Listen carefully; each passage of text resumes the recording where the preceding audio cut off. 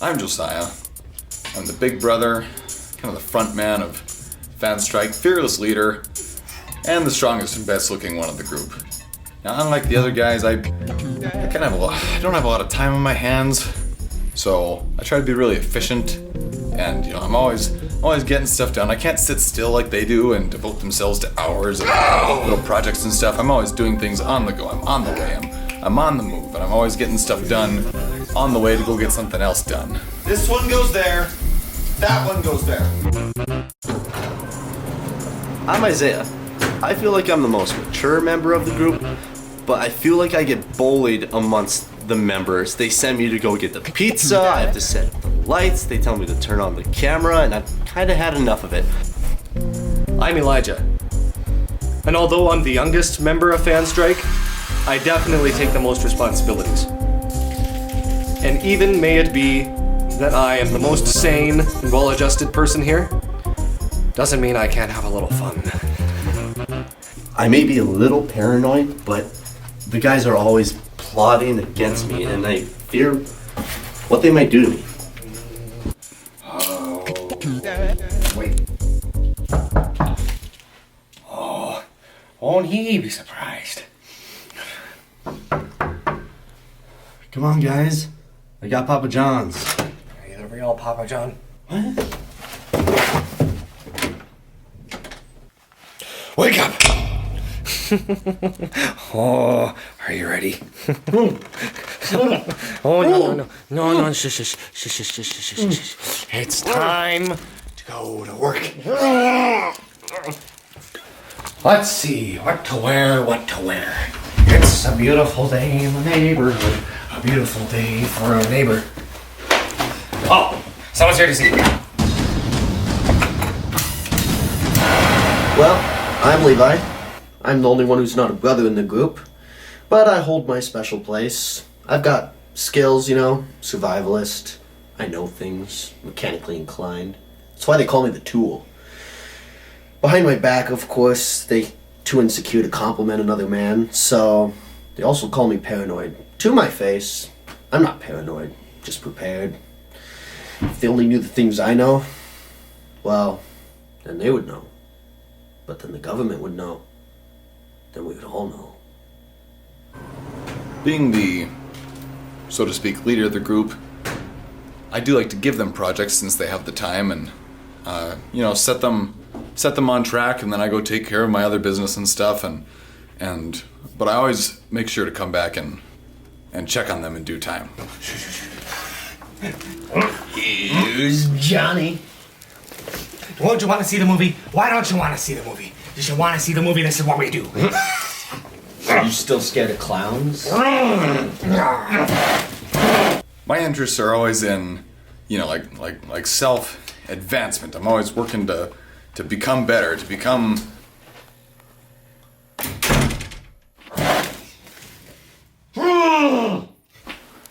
It's party time. P-A-R-T. Why? 'Cause I gotta. Hands off, boys. It's my turn. Come on. Excuse me, I want to drive. All right. Don't worry. I'm the best there is at what I do. But what I do best isn't very nice. Now, I'm not gonna kill you. I'm just gonna shave you really close. The tape. Come on. Everyone's losing their minds. It's showtime. You're all leading me down a black hole of rage and confusion. You're putting bad and awful memories into my mind.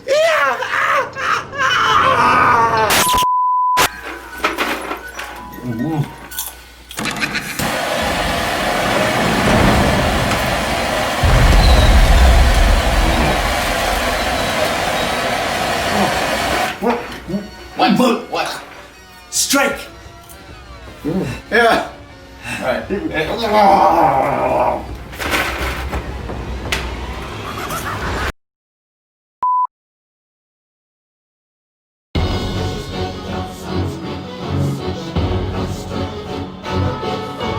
Hi, welcome to FANSTRIKE. I'm Josiah. I'm Isaiah. I'm Elijah. I'm Levi. And and today we're covering Aquaman. Now, we're going to start things off with the strikes. First up, we have Django's shutters. In the beginning scene, when all the rain is coming down, Django goes outside and ties the shutters to the windows open, when those are meant to close and protect the windows from whatever debris and hail and trash is going to be coming through the windows. But no, he ties them open, like, let's let that stuff in. Strike 2, pressure. So the pressurizing of the submarinic vehicle with the pressure going upward in the altitude. So, what he meant to say was, when Aquaman grabbed the submarine and started pushing it towards the surface, extremely fast, mind you, a submarine has to stop every so often and rebalance pressure, otherwise it will blow up.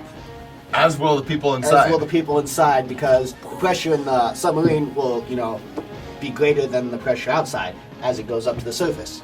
Basic submarine science. Sciencey. An Aquaman should know that. For strike 3, the hatch. Yeah, so the hatch is bigger than the hole that's, you open up like a manhole cover. So when Aquaman tries to punch it in, it wouldn't have worked because he would have to fold it like a taco, which he didn't. And then also, once he's using it as a weapon, kind of like Captain America's shield, throwing it around and stuff, it's hitting guys, knocking them out of the way, and like sticking in the walls. But the guys that are getting hit by it are just merely kind of getting knocked down. Whereas obviously, if it's going through big steel walls and stuff, it would kill them. It would like go through them, or it would take them and push them up against the wall. It'd pin them. It'd be gross. It'd be awesome. Yeah. Next. Strike 4, abandoned ship? Yeah, when Aquaman goes and rescues the submarine crew from the storage room, they all head to the surface and get in the lifeboats, even though the ship has not been compromised yet. It's not taken on water, nothing's wrong with it. It's just full of dead pirates. And they'd go to military prison for leaving it behind. I don't think, would they leave a perfectly good ship in the middle of the ocean because it's full of dead pirates? No, I would never do that. For strike 5, we have the political agenda. Again. They're relentless to keep throwing at us that we're putting trash in the ocean, we're polluting the earth, there's global warming everywhere, they're melting the ice caps, and there's fish dying. It's getting really old and it leaves a bad taste in the mouth that you can't get out. There might be a little bit of garbage in the ocean. Strike 6, Fish Boy Bar. Right, so as soon as Aquaman and Django were done with their drinks, a bunch of drunks came up and asked, "Hey, are you the fish boy?" They stated by the end of the movie that they don't know who the Aquaman is. How did they recognize him? Well, because that's the same town he grew up in. It's probably the kids from the aquarium. It's the kids that, were bullying him around before. Why would they even ask him if he's the fish boy then? Because he doesn't look the same after 25 years. He's got the beard and everything. Therefore, they don't recognize him. Why would they?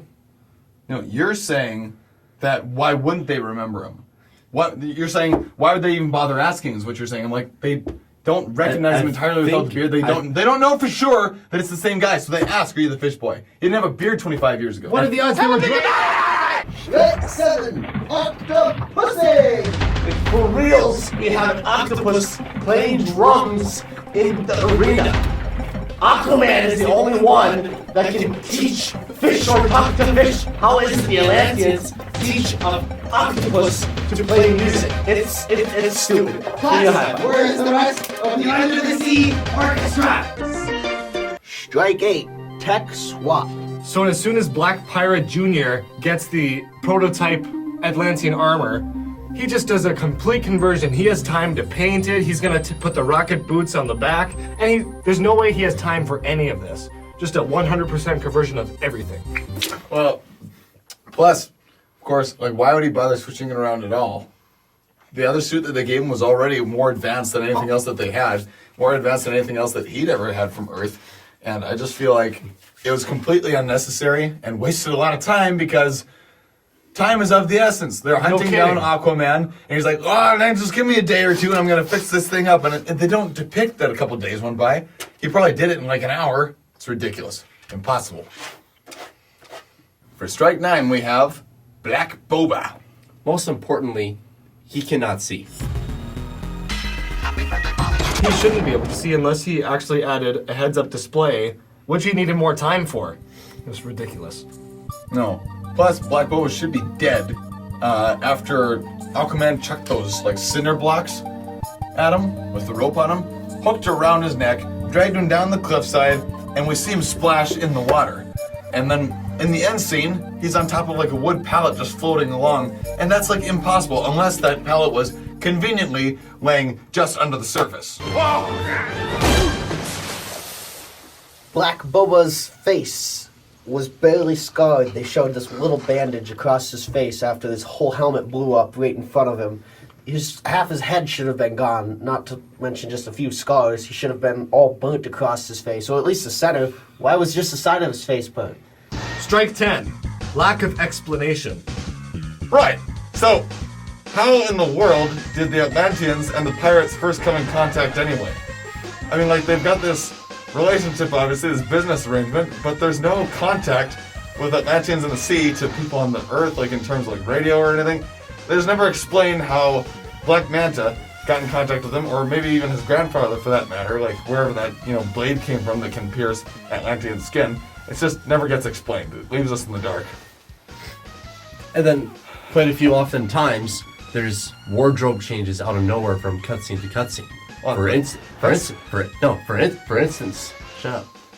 For instance, No, you shut up. What were you gonna say? For instance, the redheaded princess has a crown. Ariel finds finds a crown. Anyway, apparently somewhere along the way, I don't know, maybe she didn't find one, but it just appeared on her head, and there was no space in between where she would have gotten a crown. Maybe she's keeping it in her clothing somewhere. Her clothing was pretty fitted. That and Hot Aqua Mama in the dinosaur area does not have a dress, and then after Aquaman beats... She's not naked. She's... She didn't have a dress. She was wearing something else. Let's clarify her. To repeat, down in the dinosaur pit, she did not have a dress. Yeah, but she was... Stop making it sound like she's naked. Not naked. Then later Not naked! Mama was wearing... Okay. Guys. When she comes back to the surface and reveals herself to everybody, she... What is wrong with you? And also, Aquaman just happens to know about this terrorist attack on the submarine or whatever, the pirates, hijacking it, is there at the time that it's happening, stops it. No explanation for why he's there, why he knows about it, and why he's preventing it. Now that we're done with the strikes, we move on to the likes. For the first we loved the score for the movie, except for some of the soundtrack. They used a blasphemous version of Africa by Toto. It started off with some little keyboards, but a rapper, this black rapper, and then it's ended with this chick singing. Okay. And the other thing that we really like is that the fact that they say "All hail" like King Arthur. You can't help but think of like King Arthur, like Sword in the Stone, old England King Arthur, when he pulls the 2,000-year-old scepter, trident out of the throne and is hailed, "Hail King Arthur!" Speaking of thrones, we appreciate that the Atlantean's last resort was dipping his head into the toilet bowl. Hey, Lush. I can relate. There have been times where I felt like I was on the verge of death. After a long road trip and stuff, you finally find a gas station or something, and that toilet bowl is salvation itself. Sitting there waiting, praying to God, and he answered. And I saw a big bright light. It's because the door opened and the bathroom light was on. And we also like the culture shock in this movie. So when, the chick is on land, she's eating roses out of a bouquet and knows nothing about the customs or how anything works. And also there was a picture of an Atlantean map, and it had details of all the seas and stuff like that, but then all the land has just a blank. So that was kind of cool too. Yeah, it wasn't on their radar. No. We also like the way they depict the flashbacks. It wasn't confusing like it can be in so many different movies when they keep on swapping back and forth between timelines. It was really creatively done, like he's throwing the scepter and then when he catches it, he's back in the past and everything. We thought that was great. It was a good detailed description of the backstory without having to start the movie many years ago. It was very well understood, very well done, tastefully. On a side note, it's not really a strike or a like, but just worth mentioning. Aquaman's brother, I don't remember his name, so for now we'll just go by Lynch. Lynch. Right, 18. Lynch. So when Lynch, we did not feel like he was a good cast for the villain part. He didn't have the voice and stuff, the war cry. He sounded like a kid at the dentist getting his teeth pulled. God, that's annoying. It just wasn't a fit match to be Aquaman's brother, not even his half-brother. We want to thank you for joining us at FANSTRIKE. I think overall we all supremely liked this movie. I felt that it was even better than Justice League, and I liked it more than Man of Steel, and he didn't like it as much as Man of Steel, but I think that's a load of crap. Wonder Woman was comparable, but I really think this might be DC's best one yet. I agree. Yeah, no, I enjoyed it. It was a I think good it's movie. DC's best one in quite some time. It gave me hope for DC. But as usual, be sure to like us on Facebook and follow us on Instagram and subscribe to us on YouTube. We will see you guys next time for our next review. Until then, Happy New Year. Am I gonna get to try and get anybody to share this video?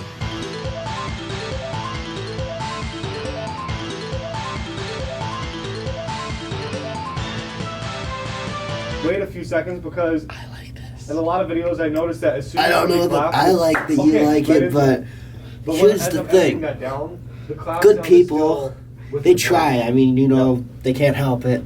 Okay, They guys, do everybody- all the time, and bad things still happen to them. People ask me, why does that happen? Well, if it didn't, good things wouldn't be good, would they? Think about that for a while, will you?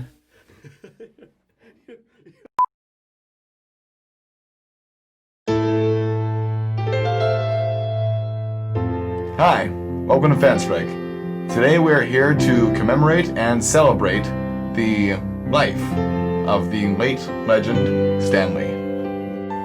For me personally, Stan Lee was an inspiration without me even realizing it, because at the age of like maybe 4 or 5 years old, I saw the Lou Ferrigno Incredible Hulk TV series, and I had never read a comic book or seen a cartoon or anything like that with any superheroes before, so that was my original superhero inspiration, and I wanted to be very much like the Hulk. I saw a man who is capable of doing things that, larger, bigger than any other man could do, and that's what I wanted to be like, and I actually did kind of live on to become that. I ended up breaking American and world powerlifting records in my teenage years.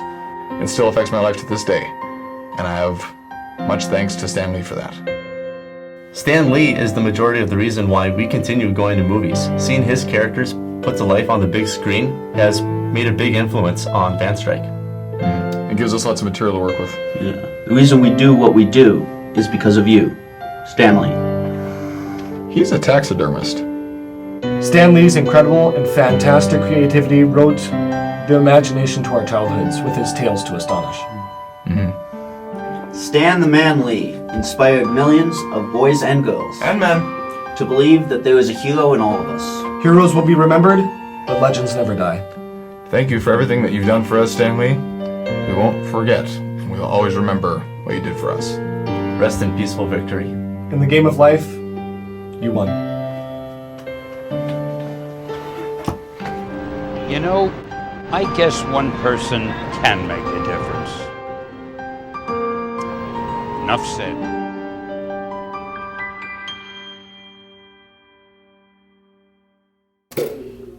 That should do it.